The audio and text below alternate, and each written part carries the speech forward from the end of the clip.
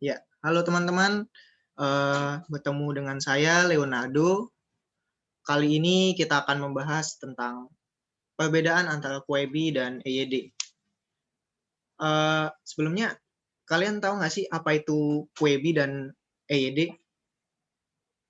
Nah, kalau belum tahu, mendingan kita bahas dulu. Nih, kita berlanjut ke sejarahnya dulu. Jadi sebelum ada EYD atau ejaan yang disempurnakan, itu ejaan memiliki beberapa tahap evolusi dulu nih teman-teman. Mulai dari sebelum kemerdekaan, itu ada ejaan Van Ophuijsen, itu dari 1901, sampai ada yang namanya ejaan Republik atau Swandi, itu setelah kemerdekaan, itu di tahun 1947. Lalu ada ejaan berevolusi lagi menjadi ejaan Lembaga Bahasa dan Kesusilaan, itu di tahun 1967. Nah, ejaan ini yang mulai menjadi cikal bakal EYD, seperti mencakup A, I, U, E, O, dan istilah-istilah asing mulai diserap. Nah, barulah pada tahun 1972 itu diciptakannya yang namanya ejaan yang disempurnakan. Nah, ejaan ini nih udah kita gunakan cukup lama sampai sekarang tuh 2015 kemarin baru ganti lagi. Nah, jadi itu tuh mengatur bahasa serapan, tanda baca, pemakaian kata, pelafalan huruf E. Ya, seperti kita tahu huruf E itu kan ada dua ya, E sama E gitu kan. Terus habis itu ada penggunaan huruf kapital, penggunaan cetak miring, dan lain-lain sebagainya. Nah, itu ejaan yang disempurnakan. Kalau kalian mau tahu lebih lanjut, ya googling lah, kan di situ banyak ya. Nah, itu EYD, sekilas tentang EYD. Nah, habis itu, apa sih POEBI? Nah, coba kita lanjut ke pengertian POEBI. POEBI ini sendiri itu adalah singkatan dari Pedoman Umum Ejaan Bahasa Indonesia. Pedoman ini disusun untuk menyempurnakan Pedoman Umum Ejaan Bahasa Indonesia yang disempurnakan, atau PUYD. Jadi, teman-teman, sejak tahun 2015 itu EYD udah disempurnakan lagi nih menjadi PUEBI. Nah, di PUEBI ini ada beberapa hal yang dilengkapi yang sebelumnya di ejaan EYD itu nggak ada. Nah, terus apa aja sih? Nah, kali ini, nah di sini saya akan membahas beberapa perbedaan-perbedaan yang sebelumnya tidak ada di EYD menjadi ada di PUEBI. Nah, yuk kita lihat. Nah, di sini saya rangkum dalam 4 kategori, yaitu ada pemakaian huruf, penulisan kata, pemakaian tanda baca, dan penulisan unsur serapan. Nah, kita langsung masuk ke nomor 1. Di pemakaian huruf itu sebenarnya kalau di EYD itu sudah cukup lengkap ya, seperti mengatur beberapa hal kayak huruf kapital. Nah, di sini kan kita akan membahas huruf kapital. Jadi kayak nama kota itu harus pakai huruf kapital, terus huruf pertama harus pakai huruf kapital, dan lain sebagainya. Nah, tapi ada beberapa hal yang nggak dibahas di EYD. Nah, POEBI ini melengkapinya untuk penggunaan huruf kapital. Seperti nama geografi. Nama geografi itu menunjukkan sebuah tempat. Bukan kota ya teman-teman, tapi tempat. Kenapa di sini ditambahkan? Karena coba deh, kalau kalian baca contoh ini, Budi tinggal di Pantai Indah Kapuk. Oh ya, sorry maaf. Ini koreksi ya teman-teman ya, T-nya ini harusnya kecil. Nah, jadi Pantai Indah Kapuk ini, kenapa P di pantainya itu besar? Karena kalau Indah Kapuk hanya berdiri sendiri, dia tidak bisa mewakilkan tempat ini, yaitu yang tadinya sebuah pantai. Nah, gitu. Jadi, PUEBI hadir untuk menyempurnakan. Yang tadinya nggak ada di EYD. Selanjutnya, itu ada nama gelar atau jabatan yang diikuti nama orang, instansi, atau nama tempat.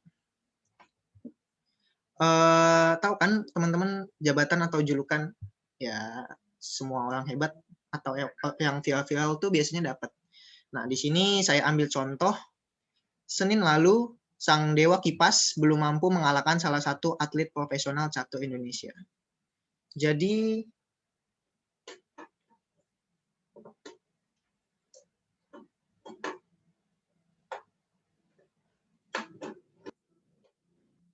yang kita lihat di sini yaitu ada sebuah julukan yang namanya Dewa Kipas.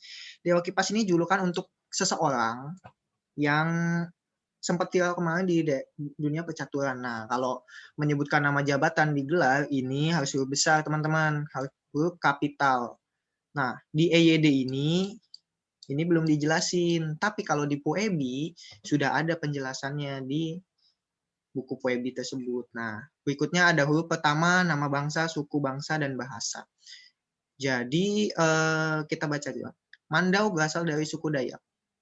Nah, S-nya ini besar, kenapa? Karena setelah itu dia menunjukkan kata Dayak. Dayak itu sendiri kan nama suku di Indonesia. Jadi, S-nya itu harus besar. Nah, di dalam EYD pun ini tidak disebutkan, teman-teman. Tapi dalam POEBI sudah disebutkan. Oke, kita lanjut ke slide selanjutnya. Nah, pemakaian huruf miring. Jadi, kalau di dalam EYD itu, huruf miring itu belum terlalu dijelasin. Jadi di sini nih, misalnya menuliskan nama buku, majalah, surat kabar, dan surat kabar yang dikutip dalam tulisan. Jadi kalau di dalam EYD, ini belum dijelasin teman-teman, tapi kalau di dalam EYD, maksudnya dalam EBI, itu jelasin kalau nama buku itu harus pakai huruf miring seperti ini. Kancil yang bertobat. Ini judulnya teman-teman ya. Dina membaca buku Kancil yang bertobat. Nah, terus untuk menegaskan atau mengkhususkan huruf bagian kata atau kelompok kata. Jadi kalau di dalam EYD, jadi kalau mau menegaskan itu dia pakai huruf tebal, teman-teman. Tebal ya. Tapi kalau di POEBI itu diganti menjadi menggunakan huruf miring. Nah, ya agak sedikit gagu ya, maaf teman-teman. Jadi dia bilang ingin membeli mainan baru itu langsung dari pabriknya. Nah, membeli di sini kenapa dicetak miring? Karena ini ditegaskan. Ini adalah kalimat penegasan. Jadi kalau di POEBI itu miring itu menegaskan. Beda ya, nggak kayak di EYD.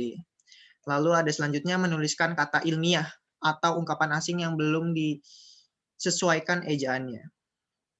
Seperti kata citus ini ya teman-teman, ini kan bahasa Latin ya atau bahasa asing. Jadi dia dicetak miring supaya ya membedakan lah gitu. Nah, kalau di dalam EYD belum terlalu jelas teman-teman. Nah, terima kasih. Selanjutnya, nah, gimana perbedaan? Nih, kan ada penggunaan huruf tebal. Selanjutnya adalah penggunaan huruf tebal. Huruf tebal dipakai untuk menegaskan bagian tulisannya. Sudah ditulis miring. Misalnya nih, di sini ada kata L. Kalian sering lah dengan kata L dalam bahasa Spanyol gitu kan. Nah, kalau kalian mau negasin kalimat asing, nah itu kan udah miring, terus masa dimiringin 2 kali kan nggak mungkin ya. Nah, itu makanya kalau mau menegaskan kalimat yang sudah miring itu diberi tulisan tebal. Nah, kalau di EYD ini nggak ada. Karena kan kalau di EYD tadi untuk menegaskan langsung tulisan tebal ya. Nah, oh iya di sini koreksi nih, ternyata ada yang salah nih. Ini harusnya nggak miring ya teman-teman. Nah, selanjutnya huruf tebal dapat dipakai untuk menegaskan bagian-bagian karangan seperti judul buku, bab, atau subbab. Ya, jadi huruf tebal ini membantu para ilmuwan atau para penulis, misalnya kayak juga mahasiswa juga untuk menulis judul-judul buku, judul-judul bab, supaya menegaskan bagian-bagian yang emang harusnya ditegaskan seperti judul gitu, atau ya pokoknya kalau kalian sedang menulis skripsi jangan sampai salah-salah deh. Langsung buka POEBI-nya lagi. Nah, selanjutnya ada penulisan kata. Penulisan klausul, salah satunya itu adalah penambahan klausul singkatan nama diri dan gelar yang terdiri atas 2 huruf atau tidak dipenggal. Misalnya nih, agak pusing ya mengerti ini, tapi bakal saya contohin. Ayah Dani bekerja sebagai PNS di sebuah instansi negara. Nah, yang kedua sama nih kata-katanya, tapi menurut kalian mana yang benar? Nah, yang benar itu adalah yang mana? Ayo, yang mana? Dua-duanya salah, teman-teman. Jadi harusnya, oh enggak. Jadi yang benar itu yang atas. Ya, ketipu ya. Jadi yang bawah itu yang salah. Kenapa yang atas benar, yang bawah salah? Karena harusnya gelar itu tidak dipisah. Gitu. Singkatan nama diri dan gelar. Jadi ini kan singkatan gelar ya. PNS kan pegawai negeri sipil, itu harusnya nggak boleh dipisah. Kalau yang di bawah ini kan dipisah tuh. Tuh ya. Tuh, terus selanjutnya itu ada Gamaliel resmi menyandang gelar SIKOM. Nah, yang mana nih? Benar nih. Jelas dong yang atas ya, teman-teman. Oke. Nah, udah paham ya sampai sini? Kita next selanjutnya. Penulisan kata. Perubahan judul kata depan di, ke, dan dari menjadi kata depan. Maksudnya gimana sih? Contoh nih ya. Bola itu sudah berada di tengah lapangan. Nah, jadi kalau ada kata di, ke, dan dari itu harus dipisah. Nah, ini di POEB jelasin lebih detail lagi. Di EYD juga dijelasin, cuman di POEB lebih detail lagi. Nah, suatu hari aku pasti ke sana. Ini juga dipisah, dan ini juga dipisah. Next. Penggunaan tanda baca. Penggunaan titik koma pada EYD digunakan dalam perincian tanpa penggunaan kata dan. Sedangkan dalam POEB menggunakan titik koma dan tetap menggunakan kata dan. Nah, itu teman-teman. Jadi misalnya ada kata membeli bawang, tomat, terus apa ya, daun melinjo. Nah, itu kan nggak pakai titik koma. Tapi kalau di POEB itu pakai kata titik koma dan alat maksudnya tidak pakai kata dan kalau di EYD, tapi kalau di POEB harus pakai kata dan. Nah, gitu ya. Nah, oh iya, terus kalau di POEB itu titik koma itu berupa klausa perincian gitu. Sedangkan di EYD tidak ada yang mengaturnya. Jadi klausa perincian itu kayak ya tadi belanja ke pasar beli apa? Apa aja yang dibeli gitu kan, terus titik koma gitu kan. Nah, terus ada perinciannya. Kalau di EYD tidak diatur. Nah, terus selanjutnya itu ada penggunaan tanda hubung strip pada POEB tidak dipakai di antara huruf dan angka jika angka tersebut melambangkan jumlah huruf, sedangkan pada EYD tidak ada yang mengaturnya. Nah, maksudnya gimana nih? Jadi di EYD itu nggak diatur, teman-teman. Jika angka tersebut melambangkan jumlah huruf. Tuh. Bisa kita lihat di sini, no. LPM, 2M, LP3 itu nggak pakai strip.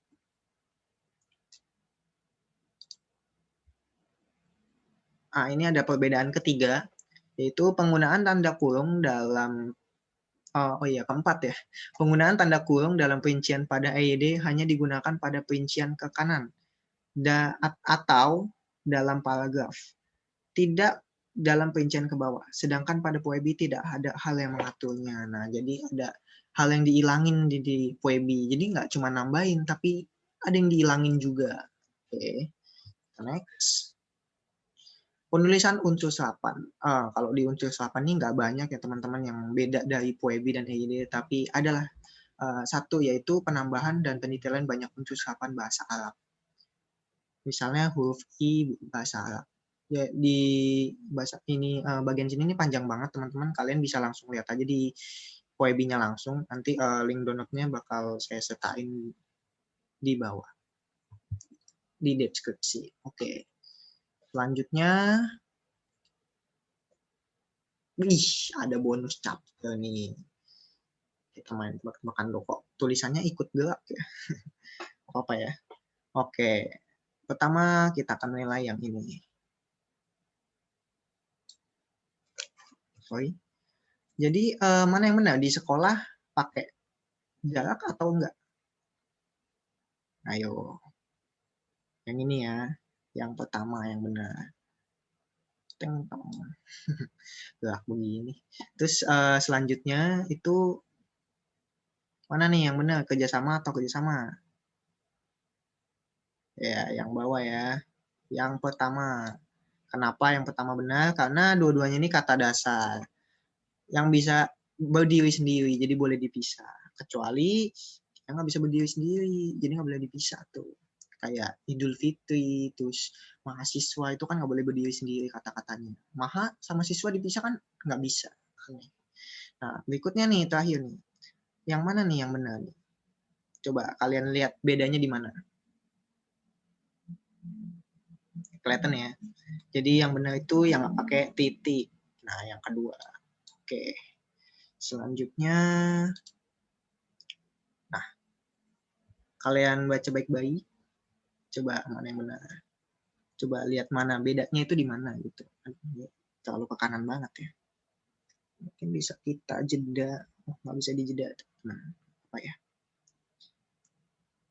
Nah, jadi mana nih bedanya? Kelihatan kan? Nih, bedanya itu di tanda stripnya ini. Ini 2 kali stripnya. Jadi kalau mau menunjukkan kata sampai, baik itu waktu, tempat, itu stripnya 2 kali. Dalam Poebi disebutkan seperti itu. Nah, oke.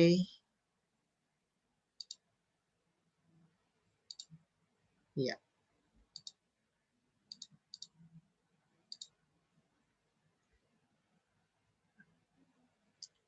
Oke, terima kasih teman-teman sudah ikut membahas perbedaan Poebi bersama saya. Semoga beruntung dan semoga membantu. Terima kasih.